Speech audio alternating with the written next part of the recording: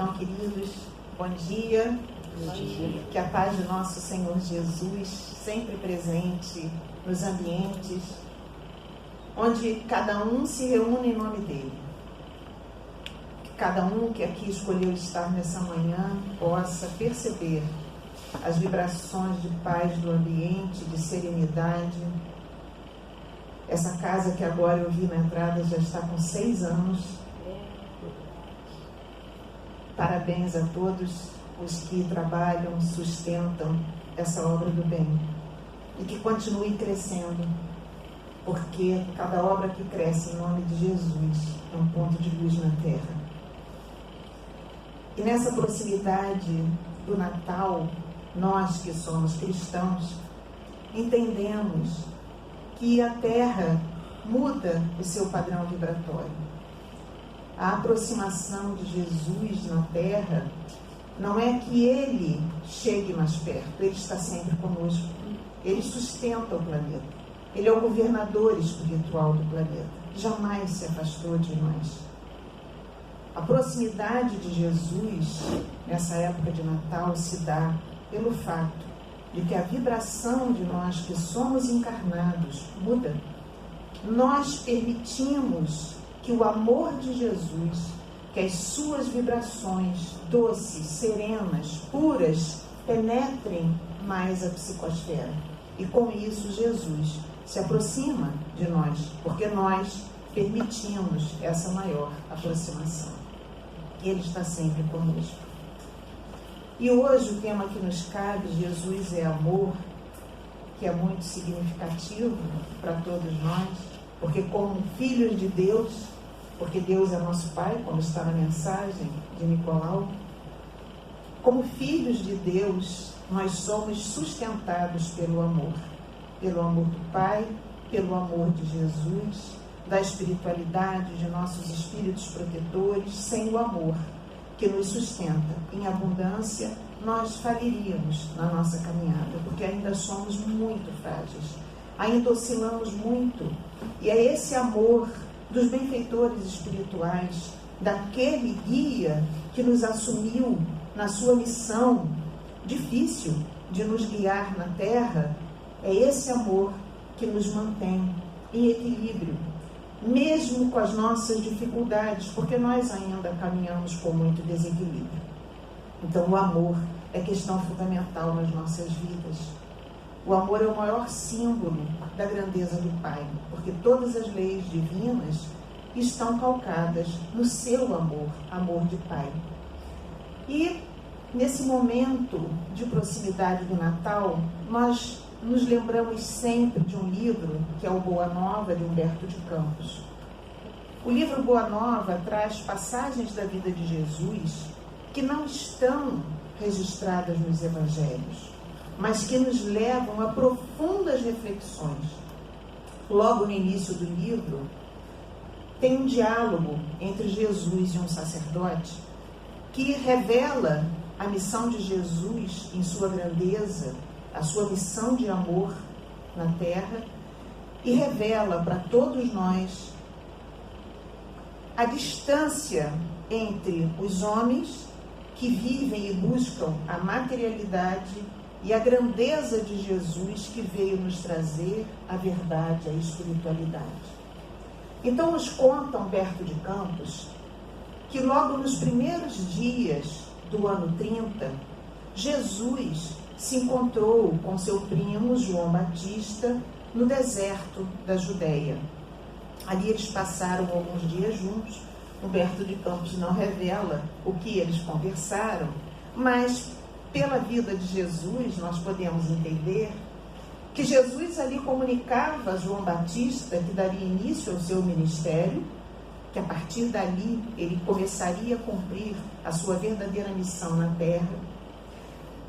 Trocaram ideias e logo no dia seguinte, após essa última troca de ideias, Jesus seguiu para Jerusalém. E sentado nas adjacências do templo, Jesus contemplava o templo e, de novo, Humberto de Campos não nos conta o que Jesus pensava, mas podemos imaginar que Jesus comparava a grandeza daquele templo de pedra com o contraste da sua missão, que seria o templo do amor. Jesus então é observado por um grupo de sacerdotes e pensadores ociosos, que ficaram muito impressionados com a figura e com a presença de Jesus, porque Jesus era impressionante. A aparência de nobreza espiritual, seu olhar lúcido profundo, sua expressão serena, Jesus impressionava, e ele contrastava com a sua aparência paupérrima, porque Jesus andava com as roupas mais pobres, com a sandália mais pobre. Então aquilo contrastava. O grupo acabou se dispersando, mas Hanã não resistiu e se aproximou de Jesus. E Hanã, então, chegando perto de Jesus, provavelmente muito incomodado com a presença de Jesus, Hanã pergunta para Jesus: Galileu, que fazes na cidade? Os galileus eram facilmente reconhecidos, porque tinham o cabelo repartido ao meio, longos, e as barbas, a barba que também era longa, também se dividia em duas pontas. Isso era costume dos galileus. Então ele reconheceu Jesus como um galileu. Olha, até porque os galileus também eram mais pobres.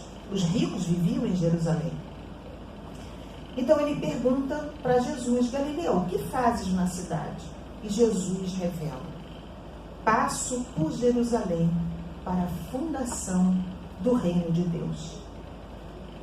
Hanã se impacta com aquela resposta de Jesus e ironiza: reino de Deus? Que pensas venha a ser isso? Vemos aí o contraste, materialidade e espiritualidade. Jesus falava do reino divino do amor. Hanã via Deus como aquele templo de pedra, grandioso, cheio de símbolos, riquíssimo, onde os ricos iam fazer suas doações. O templo das grandes comemorações judaicas. E Jesus, aquele paupérrimo, aquele ser paupérrimo falando em fundação do reino de Deus, então ele questiona: que pensas venha a ser isso? E Jesus responde com nobreza muito modesta: este reino é a obra divina no coração dos homens. E ali ele pontuou exatamente o que ele veio fazer: instituir o reino de Deus, que é o reino do amor, no coração dos homens. Hanã novamente, Hanã vai ficando cada vez mais irritado. Hanã novamente impactado com a resposta de Jesus, revida: obra divina em tuas mãos? Como que contas para essa difícil empresa? Quem são os teus seguidores e companheiros? Acaso tens o apoio de algum príncipe ilustre e desconhecido que vai te apoiar na edificação dos teus planos? E Jesus, lógico, espírito puro, sem sair da sua vibração serena, responde a Hanã: meus seguidores hão de vir de todos os lugares. Porque Jesus tinha aquele pensamento atemporal e tinha certeza do que seria a sua passagem na Terra e como a sua mensagem ficaria para sempre impressa no planeta, na psicosfera do planeta. Então Hanã, cada vez com mais raiva, cada vez mostrando mais o seu desequilíbrio, nesse contraste materialidade e espiritualidade, ironiza de uma maneira muito cruel. E ele fala para Jesus: realmente, os tolos e ignorantes estão por toda parte. Mas você se propõe a construir uma obra divina. Acaso já vistes alguma estátua perfeita, construída com fragmentos de lama? Olha, aqui ele estava colocando, rebaixando, achando que estava rebaixando Jesus. E Jesus dá aquela resposta que serve de ensinamento para todos nós sobre o que importa realmente para os homens. E Jesus responde: sacerdote, nenhum mármore é mais puro e mais suave do que o do sentimento, e nenhum cinzel é melhor do que o da boa vontade. Então ele ali colocou novamente. Hanã fica com mais raiva ainda, ele já não tinha mais o que falar, e aí vem o grande contraste da materialidade com a espiritualidade, mostrando que Hanã sequer alcançava o mínimo básico do que Jesus estava falando. Então Hanã coloca para Jesus: conheces Roma ou Atenas? Ora, os dois símbolos da grandeza material, os dois símbolos do dinheiro, do poder, da matéria. E Jesus o que responde para Hanã? Eu conheço o amor e a verdade. Olha o contraste. A materialidade com a espiritualidade. E Hanã continua ironizando: acaso tens ciência dos códigos da corte provincial e das leis do templo? Novamente, Hanã colocando para Jesus: quem é você, seu pobre, que não conhece os códigos da corte, que não conhece as leis desse templo que é grandioso, e você está dizendo que vai construir uma obra divina? Então isso tudo era o que estava impresso nesse diálogo com Hanã. E Jesus responde: eu sei a vontade de meu Pai que está nos céus. Hanã, não tendo mais o que fazer, dá um sorriso irônico para Jesus, isso depois de algumas gargalhadas que Hanã deu, e Jesus sempre muito firme, Jesus sempre com a sua nobreza serena. Hanã dá meia volta e vai embora. No dia seguinte, Jesus partiu para a Galileia. Chegando na Galileia, Jesus começa então o seu ministério. Tão interessante que, para os homens daquela época, o reino de Deus e tudo que representava o divino estava impresso na matéria. E que, quanto mais ricos fossem os encarnados, os seres humanos, maior possibilidade de ter aparência, e eles viviam de aparência, e ter penetração no templo. E Jesus, chegando na Galileia, busca quem? Galileia já era uma área pobre. No lago de Genezaré, ele vai ao encontro de Pedro e André, seu irmão, os pescadores. Mas vejamos a diferença. Quando Jesus se aproxima de Pedro e André e fala da construção do seu reino, os dois dizem para Jesus: Senhor, seguiremos os teus passos. Olha a diferença, os dois pescadores, humildes, ignorantes, com relação a Hanã, que ironizou Jesus, que sequer percebeu o mínimo da mensagem de Jesus. Depois Jesus, que a ninguém discriminava, vai a Levi, Levi que se tornou o evangelista Mateus. E Jesus pergunta a ele o que ele fazia, e ele diz que ele cuidava da administração do tesouro, e Jesus convida ele a plantar, a semear um tesouro no céu. E ele diz: Senhor, seguirei os teus passos. Então vejamos, Jesus, estou pronto, ele diz. Jesus, estou pronto. Então vamos vendo aí os contrastes. Logo depois, já com 3 seguidores, Jesus faz o seu primeiro discurso, a sua primeira pregação pública. E ali Humberto de Campos nos diz que a natureza toda se transformou, porque Jesus exalava um amor tão profundo que transformava a ambiência, ele mudava qualquer ambiente. Jesus, com a sua palavra, magnetizava a tudo e a todos. E junto àquele público que se reuniu para ouvir Jesus, estavam os irmãos João e Tiago Maior, os 2 adolescentes. No dia seguinte, Jesus foi atrás deles. e fala com eles sobre o seu reino. E os dois garotos, conta-se que João devia de ter 13, 14 anos, no início do ministério de Jesus. 2 garotos.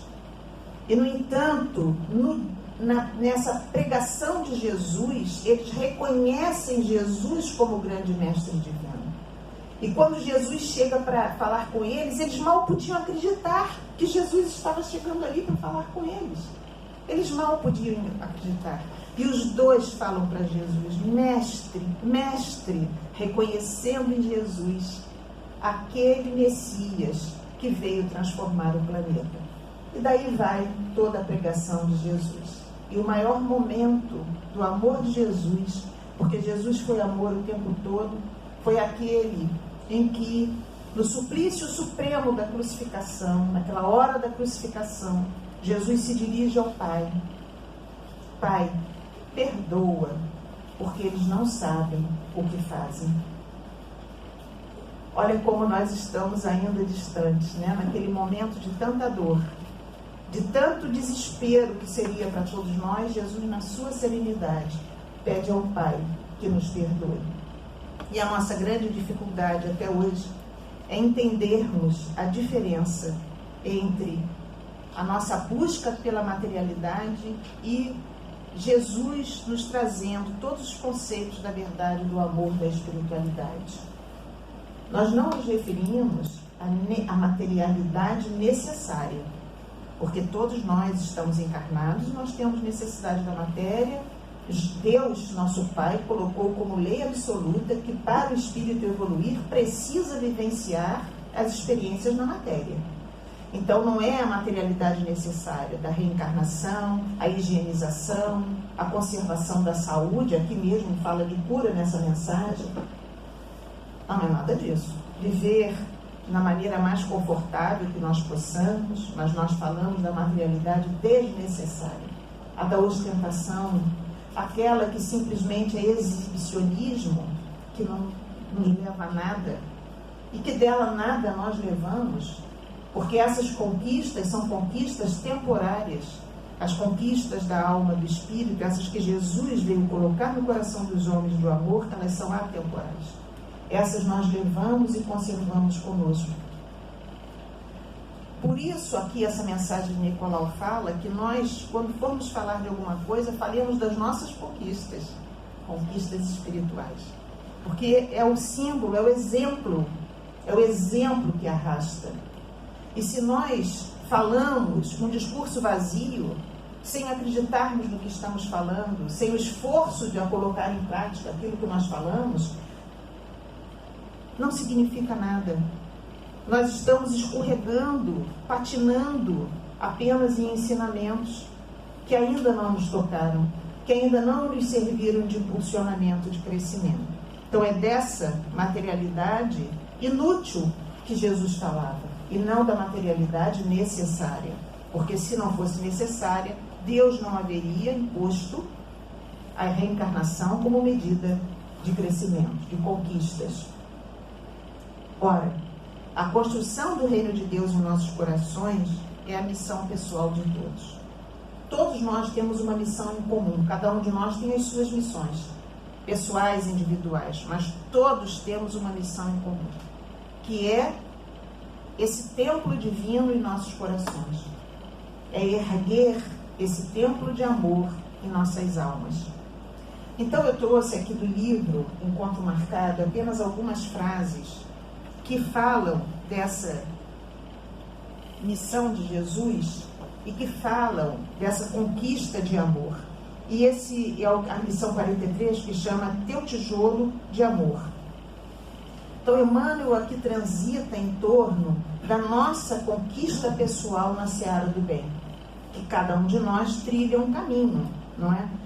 Então ele coloca de uma maneira muito bela que cada um de nós, por ser filho de Deus, é uma parcela do infinito amor do Pai. Olha que coisa mais linda, que maravilha se nós pararmos para pensarmos nisso, as bênçãos que Emmanuel coloca, que cada um de nós é uma parcela do infinito amor do Pai. E o que Emmanuel coloca é que nós temos que reconhecer a excelsitude do nosso destino. E nós estamos muito longe ainda de conhecer, de entender, de absorver a excelsitude do nosso destino. O nosso destino é a perfeição, é chegarmos ao nível de Jesus, é sermos espíritos puros, o que significa puros espíritos, completamente desmaterializados, já não temos mais nenhum apego, já não temos mais nada a aprender na matéria, termos vencido todas as etapas que a matéria pode nos proporcionar, termos desenvolvido todas as virtudes em plenitude, como Jesus. Então ele coloca que por mais áspero que seja o nosso caminho, o momento em que nós estejamos enfrentando, que nós temos que seguir, amando e servindo. Porque isso Jesus nos falou, eu vim para servir e não para ser servido. A nossa missão no universo é servir. E todos os livros dos benfeitores espirituais, dos grandes autores, falam disso, que amar é servir. Quem acha que ama sem serviço ao próximo, não está amando. Isso não é amor. Amar é servir. Então, quando Jesus coloca que ele veio para servir e não para ser servido, ele está dizendo qual é a destinação dos grandes espíritos e qual é o caminho que nós temos que seguir. Interessante que nós na Terra fazemos um teste e vamos aprendendo este amor com as crianças, com os filhos, com os pequeninos, porque eles dependem 100% dos responsáveis para sobreviverem. Aquele ser que nasceu não viverá se não tiver toda a atenção, ele não viverá se ele não for cuidado, se ele não for tratado por alguém. E quanto mais nós cuidamos e tratamos, mais nós amamos, mais nós vamos desenvolvendo o amor por aquele ser que depende totalmente de nós. Então, isso é um grande exemplo na Terra, como nós precisamos servir para desenvolver o amor. E Emmanuel coloca uma coisa interessante aqui, que ele diz que a maior glória que o espírito pode ter é a doação permanente. Isso é muito bom nós pensarmos, porque nós podemos doar constantemente onde estivermos. Nós podemos doar pelo pensamento, nós podemos doar pela prece, nós podemos fazer as nossas doações pessoais, independente de onde estejamos e como estejamos, em que situação estejamos, mesmo que na doença.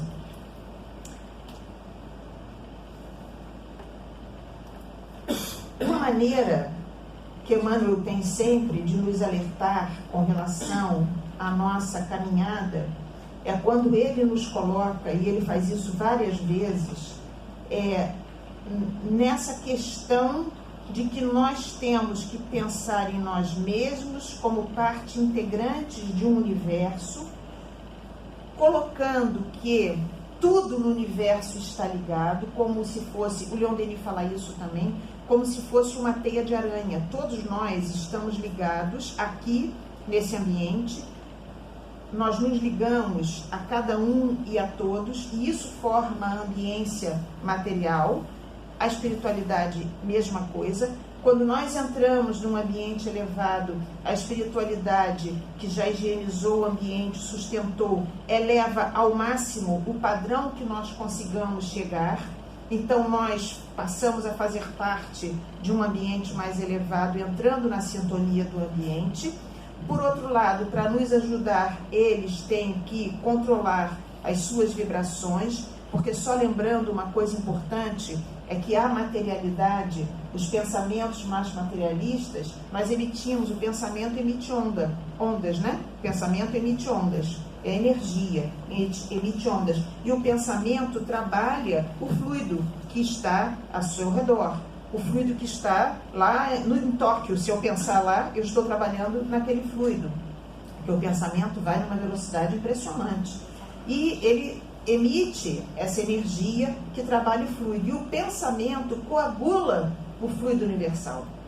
Então ele junta, ele aglomera, ele coagula o fluido universal. O pensamento mais materializado, ele é baixinho, ele está muito próximo da matéria, ele está muito próximo da atração da matéria. Então, ele caminha muito próximo à matéria, em ondas muito largas, muito lentas, porque pesadas.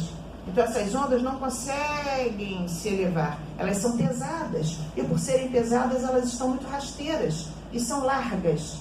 O espírito elevado, o pensamento dele tem uma dinâmica absurda. A dinâmica do pensamento de Jesus penetrava o pensamento de Deus, por ser pensamento puro. Penetrava o pensamento de Deus. Jesus falou: eu sei a vontade de meu Pai que está nos céus. Então a dinâmica do pensamento do espírito elevado, ela é muito rápida. É tão rápida que se nós fôssemos, isso é um símbolo apenas que eu vou falar, apenas uma analogia, mas se nós fôssemos desenhar o pensamento de Jesus, seria contínuo, não teriam os picos, ele seria juntinho todo, de tal dinâmica. Tanto que ele, Jesus, entende a todos nós na Terra, porque o pensamento de Jesus já atinge a tudo e a todos, porque é uma continuidade de elevação. Então é como se fosse uma grande placa.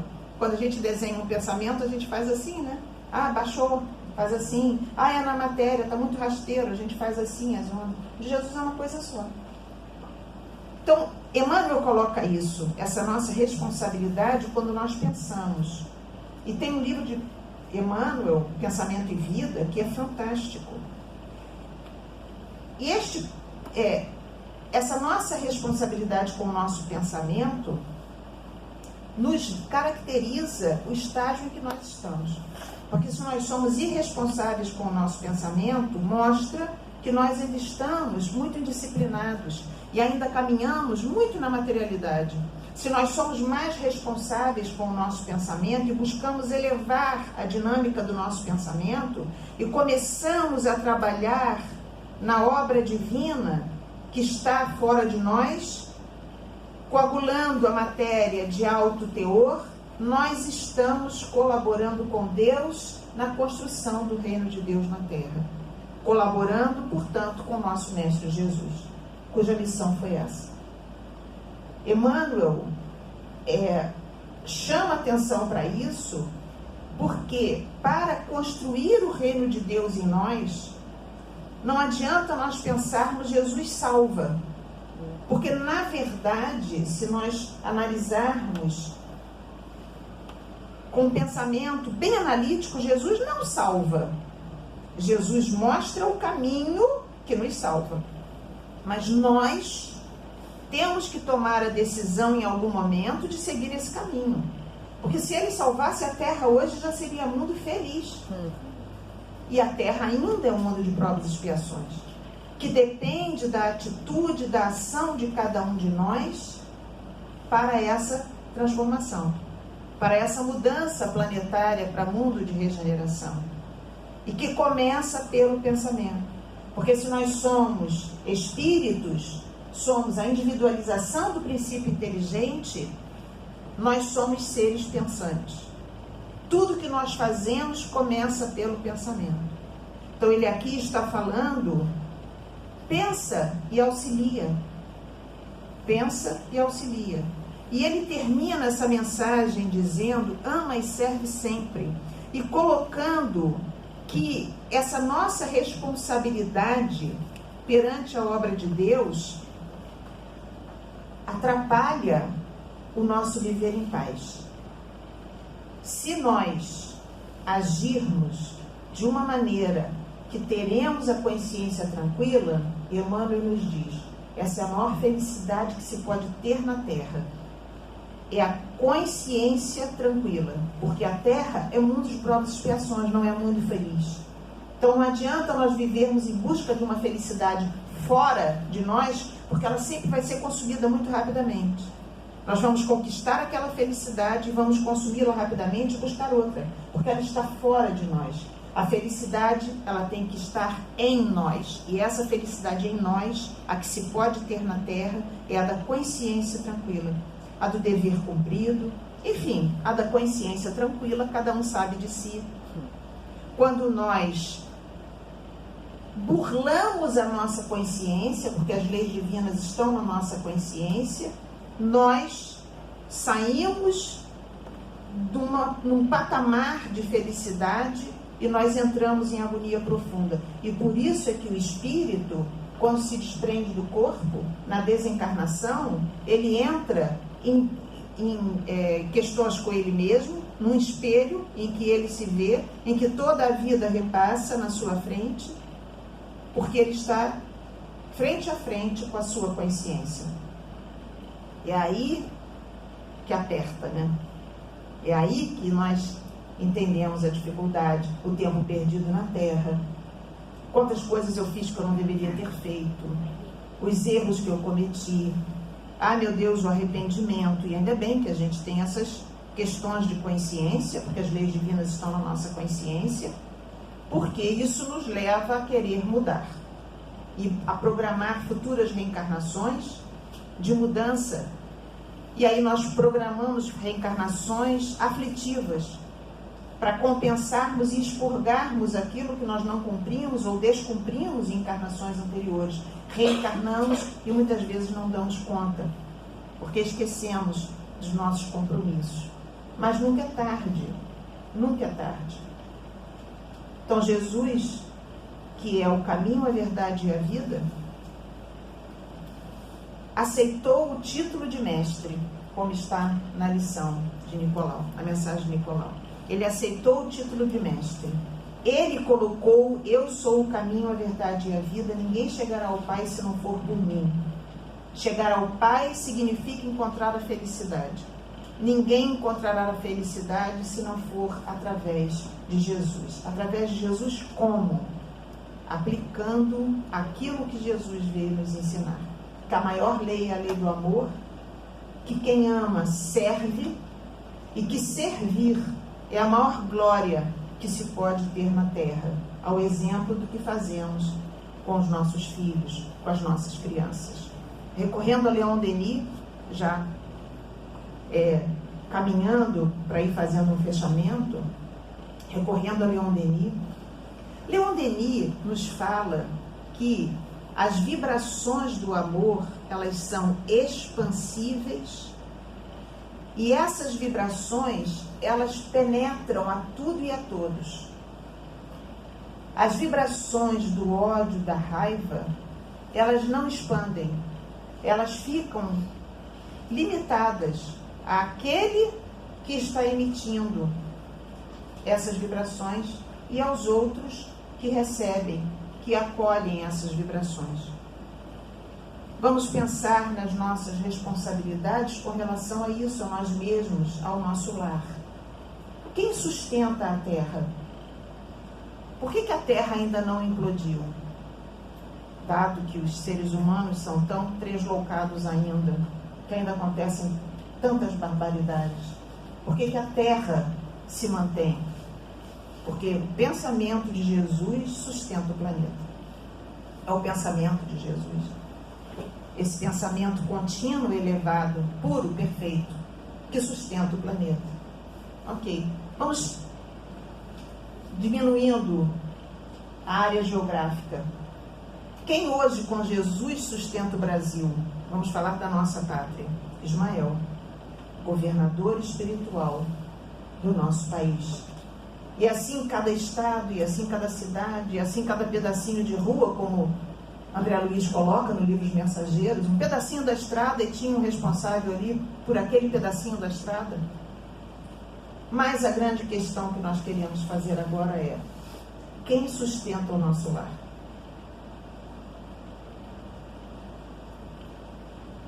Nós. Somos nós que sustentamos o nosso lar. Quem mora sozinho, sustenta sozinho. Se vive em desequilíbrio mental, seu lar vai refletir o desequilíbrio mental. Mas quando vivemos em família, a responsabilidade é muito maior. Porque de acordo com o nosso comportamento mental, que vai se refletir nas nossas atitudes, nós estamos impregnando o ambiente de vibrações deletérias ou mais elevadas. Evangelho do lar é fundamental. fundamental para a sustentação do lar. Porque a espiritualidade que chega ao nosso lar no momento do Evangelho, ela vem com o objetivo de higienizar o ambiente, de inspirar aos que ali estão. Higienizam o ambiente, utilizam aparelhos para isso. De novo, fazendo apenas analogias. Depois não vão dizer que eu falei que eles usam aspirador de pó. Mas eles trazem aparelhos que aspiram os miasmas das paredes, das mobílias, né? Fluidificam aquelas águas, derramam fluidos benéficos pelo ambiente. E tem gente que não tem paciência de fazer o Evangelho do Lar. O Evangelho do Lar ajuda na sustentação da casa, da família. Se a família inteira não é espírita, mas você é, faça você. Faça sozinho, mas não deixe de fazer o Evangelho do Lar. Que ele ajuda na sustentação da família, da ambiência. O mais importante na nossa semana é o nosso comportamento mental dentro de casa, e o Evangelho do Lar ajuda. Preces diárias para que nós mudemos a cada dia a nossa faixa mental vibratória. Nós percebemos, quando entramos num ambiente como esse aqui, a diferença vibratória. Vocês perceberam? Ou não? Porque quando a gente está prestando atenção, percebe. Entra a diferença vibratória da sala para a rua. Totalmente diferente. Totalmente diferente. Então, quando nós chegamos, sentamos aqui, foi um impacto vibratório enorme, enorme, percebendo a espiritualidade aqui presente. Amorosa, cuidadosa, delicada, envolvendo a cada um, estimulando a cada um, dando consolo aos corações aflitos, renovando os pensamentos, trazendo, derramando para a gente boas ideias, a fim de que nós tenhamos bons ideais. Pai amado, que saibamos agradecer isso. Que saibamos agradecer as bênçãos que nós aqui recebemos. A oportunidade abençoada de estarmos dentro de uma doutrina que nos esclarece, que nos liberta, que nos eleva.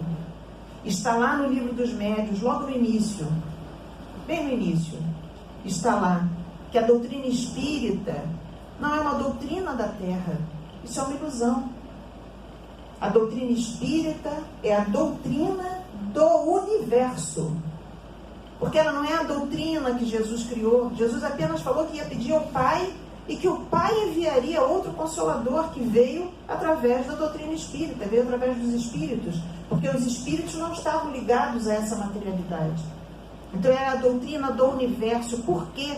Porque a doutrina espírita apenas vem nos explicar as leis de Deus, e as leis de Deus são universais, atemporais, são leis universais. Que nesse Natal, cada um de nós faça do seu coração o reino de Deus. Que nesse Natal levemos para os nossos lares, para onde nós estivermos, Jesus, que é o dono da festa. Que nós possamos sair da materialidade um pouco, levando a prece para a noite de Natal, comemorando em família com alegria, e se a família é complicada, aproveitando para exercitar o servir, servindo pelo pensamento, perdoando aquele que incomoda muito. Se por acaso tiver alguém na família que incomode, ou algum amigo que esteja presente, que não seja tão amigo, exercitemos a paciência, perdoar incondicionalmente, porque isso é o Natal. Sem Jesus no nosso lar, no nosso coração, o amor não vai brilhar. Não é Natal. Não é Natal. Natal é Jesus. A festa é de Jesus. Que cada um de nós, no encerramento desse ano, possa, renovando os votos que sempre fazemos para o ano novo, pensar: o que eu preciso melhorar para o ano que vem? E fazer uma lista, 3 coisas só, porque se a lista é muito grande, a gente não cumpre nada. O que eu preciso espiritualmente melhorar? Seja orgulho, egoísmo, sei lá, paciência, ou qualquer coisa. Cada um sabe aquilo que está lá incomodando mais 3 coisas. E o que eu preciso firmar, que eu já estou no caminho? O perdão, a fé, a gratidão, o que seja. Para nós termos o foco em Jesus. Que a paz do nosso Divino Mestre abençoe os nossos lares nesse Natal. Que 2020 seja um ano de muito trabalho para essa casa, que cresce em nome de Jesus, que cada um de nós se comprometa em servir e servir sempre. E com certeza, o amor de Jesus brilhará em todos os nossos corações. Graças a Deus.